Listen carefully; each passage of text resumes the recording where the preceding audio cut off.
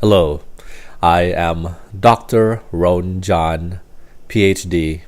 I am a psychoanalyst, neurolinguistic, dating, relationships, life design engineer with a focus on cunnilingus. And I'm going to give you an advice right now posed to me by a 15-year-old. What advice would you give a 15-year-old?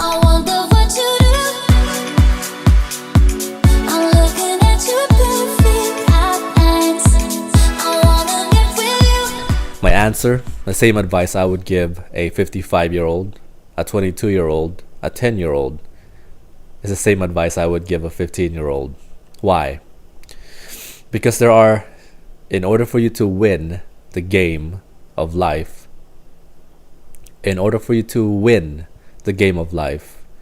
you must understand the fundamentals. And the fundamentals of life are old.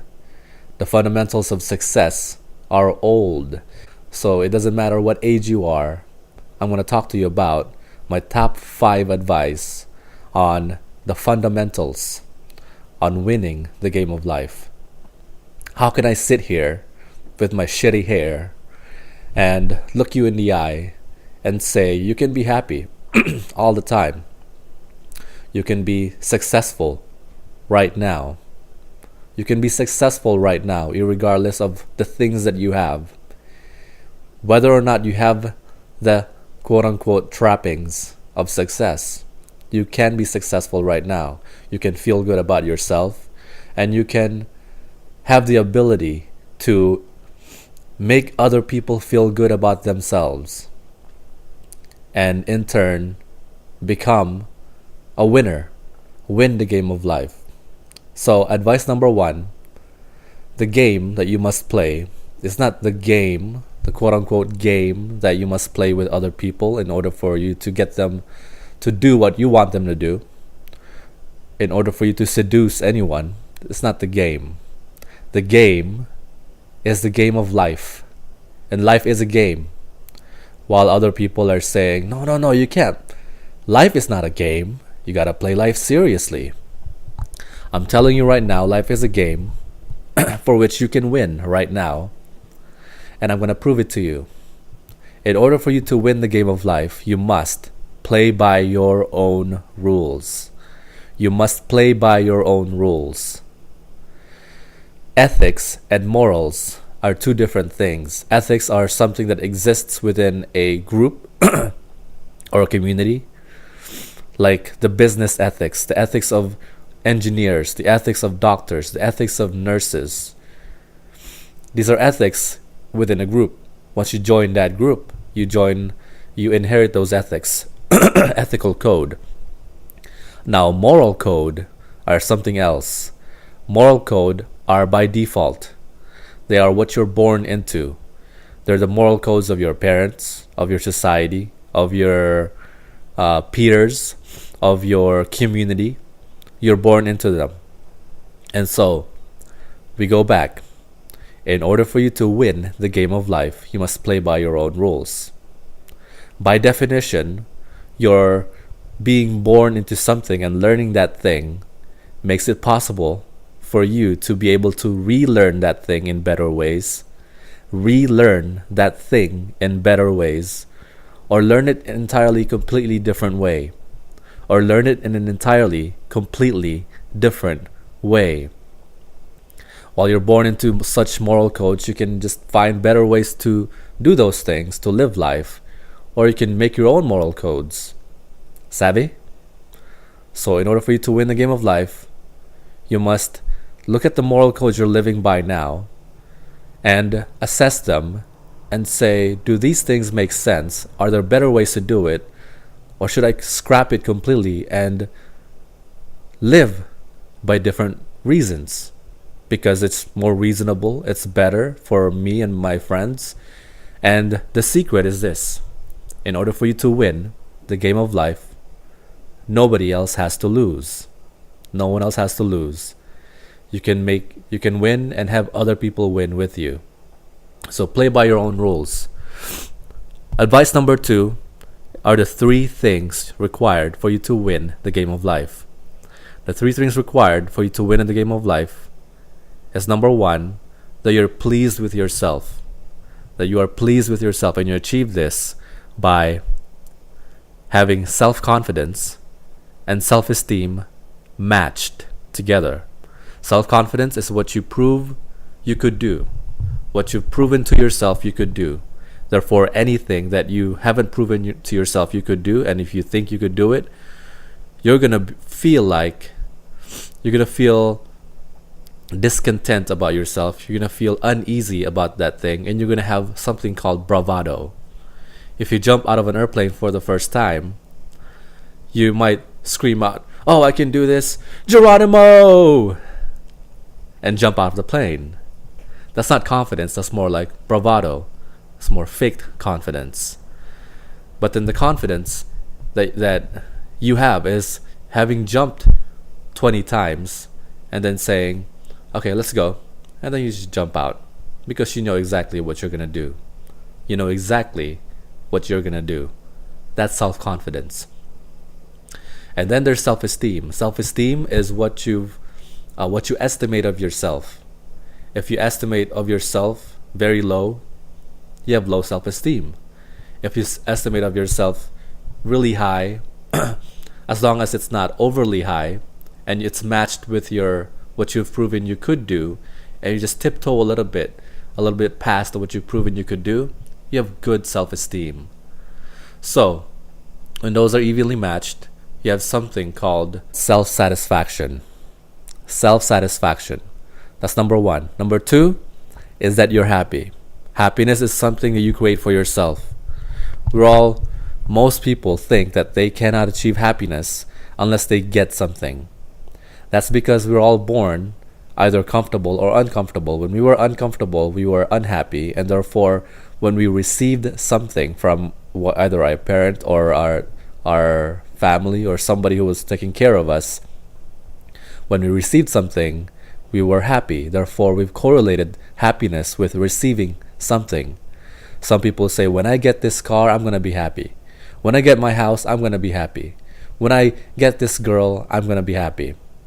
That's wrong, because just like anybody can be miserable for no reason, if you've known anybody like that, you can be happy for absolutely no reason at all, just by deciding to be happy. That's number two, happiness, self-perpetual, ongoing happiness. Number three is that you are on your way. That you're on your way. You are self-successful. Now, success has been perverted to mean something that it doesn't mean. Success comes from the word succession. While most people think success is a positive outcome and a negative outcome is a failure, success actually comes from the word succession, which means continuance of something. A successor is somebody who continues a lineage. Succession is continuing something. So if you have a succession of attempts, you are successful.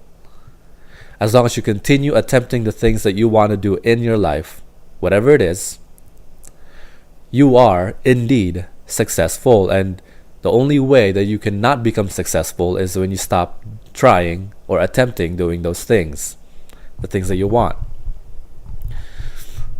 You've heard of the gentleman who created the light bulb, right? It took him 1,000 tries inventions to finally come up with the one invention to create the light bulb, finally. And when a reporter asked him, how could you go through so many failures? How could you go through 1,000 attempts? How did you do it? And the gentleman said, well, I didn't look at it as failures. There was no such thing.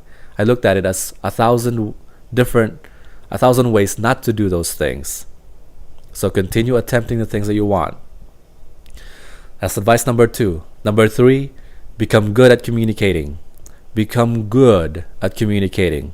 I consider communication skills one of the most important skills that you will ever possess in your life. You will have to communicate well with your beloved. You will have to communicate well with your peers. You will have to communicate well in the marketplace, either if it's your job or your business in the future. You are 15 years old, or wherever you are starting right now, wherever you are, it's never too late. Communication is an incredible skill. Increase your vocabulary. Not having a wide array, resource of vocabulary is tantamount to somebody looking through a little peephole and you're explaining to that person, look, can you see what I'm showing you? And the person looking through a peephole saying, what are you talking about? I can't see. The reason that person can't see that thing you're showing him is because that person has a very low vocabulary. Vocabulary increases your insight, increases your ability to show people a way, show people how you feel, show people and make people feel things that you want them to feel. Without those things, without that resource of language, without the resource of vocabulary, you can't do those things. And you'll see other people resort to violence. They'll resort to violence because of their lack of expression. You'll see a lot of relationships fail because of lack of communicating. I want you to increase your vocabulary skills by reading books, by being around people who are articulate, by being around people who are smart, by being around people who have what you want. Being around people who have what you want. Savvy? Advice number 4. Advice number 4 is that for you to realize that you are not your ego. Your ego is not you. Your ego is a byproduct of language. We all have one. But our ego is not us. Our ego's purpose is that it not be diminished. Our ego's purpose is to not be diminished. All it wants to do is to be perceived by other people how it perceives itself. All it wants to do is to be perceived by people, other people, maybe even people you don't admire, of how it perceives itself. And I'm going to give you this incredible metaphor that will help you surpass your ego, surpass embarrassment. Remember, a cat has no language. So if a cat falls and you say, haha, that cat must be embarrassed, the cat's not embarrassed because it's just doing its thing. It's not embarrassed because it doesn't have language. It doesn't have an ego. It doesn't have a thing in its head saying, oh my God, they're going to perceive me in a different way, therefore I should be embarrassed. It doesn't have that. So get rid of embarrassment, but realize that you're not your ego. Imagine you're walking out the door of your house and there's an old coot sitting there in front of your doorstep. And you're walking out the house with some chicken wire. And the old coot says, where are you going with those chicken wire, boy? And then you say, oh, I'm going to go catch some chickens. The old coot says, you can't catch no chicken with no chicken wire, boy. Come back here before you embarrass yourself. And then you look at the old coot and you say, oh, thanks for the advice. I'm going to go try anyway. And you come back 3 hours later with some chickens. And then the old coot is speechless, dumbfounded. Then the next day you come out with some duct tape. And the old coot says, where are you going with those duct tapes, boy? You look like an idiot. And then you say, well, I'm going to go catch some ducks. The old coot says, you can't catch no duck with no duct tape, boy. Come back over here before you embarrass yourself. And then you say, well, thanks for the advice. I'm going to go out and do it anyway. And then you go out, 3 hours later, you come back with some ducks. And then the old coot's dumbfounded and speechless and maybe a little bit admiring you. And then the next day you come out with some pussy willows and the old coot says, hold on! Let me get my coat. I'm coming with you. See, my ego actually thinks that anything I do will become successful because I've told my ego countless of times, I've showed my ego countless of times that anything new I can do and I can learn incredibly well and become successful at it. So, your ego's not you. And you acknowledge your ego, You do it anyway because there's no reason to be embarrassed. Embarrassment is not something that's real. It's just something that your ego is perceiving, that is being perceived differently than it's perceiving itself by other people. And finally, my final advice. All right, my final advice is to learn how to manage expectations. To learn how to manage your expectations. You will have an incredible life, incredible relationships when you learn this key skill. In order for you to manage expectations, you need to learn 3 things. Managing your expectation of yourself. Number 2, managing what you expect of other people. And finally, number 3, managing what you expect other people expect of you. What you expect other people expect of you. Number 1, what you expect of yourself. Remember, self-confidence is what you've proven you could do. So don't expect of yourself unreasonably what you haven't proven you could do. But with your high self-esteem, good self-esteem, you can estimate a little bit more, but what you've proven by reason you could do. So don't expect anything from yourself unreasonably. Feel happy, be self-satisfied with where you are in your life right now. Because remember, your experiences that you've accrued from now, from this where you are in your life right now, has made you the valuable person that you are. And I'm going to tell you a little metaphor. I own my shit. I own my shit. All of my experiences, it has gone through my digestive system, so to speak, and I shit out the things that I don't need from those experiences, and anything that I can learn from, that I can apply into my life, I excrete those minerals from those experiences as it goes through my digestive tract, and anything unuseful, I shit it out and leave it on the side of the road. I own my shit. Therefore, when I go up to anybody, I radiate something. I'm not the kind of person who has a bunch of shit carrying with them. And it doesn't make for a good cologne. Right? So own your shit. Your experiences, take from it what you can learn from, and what you can apply into your life. And shit out the rest and leave it behind. And don't look back. Don't expect from yourself anything that you unreasonable. Live your life based on reason. And number 2, manage your expectation of other people. Remember, we all have different moral codes. We all have different ethic codes. What I expect from myself is different from what you expect from yourself. And I shouldn't expect of you what I expect from people. I shouldn't expect of you what I expect of myself. You are you and I am me. And your friends are your friends. And don't expect anything from them that you expect from yourself. Learn more about them and their moral codes, how they think. And anything that doesn't apply into your life, anything that you can reason with people. You can go up to any faculty. You can go up to any group of bodies and say something. You know what? This doesn't work.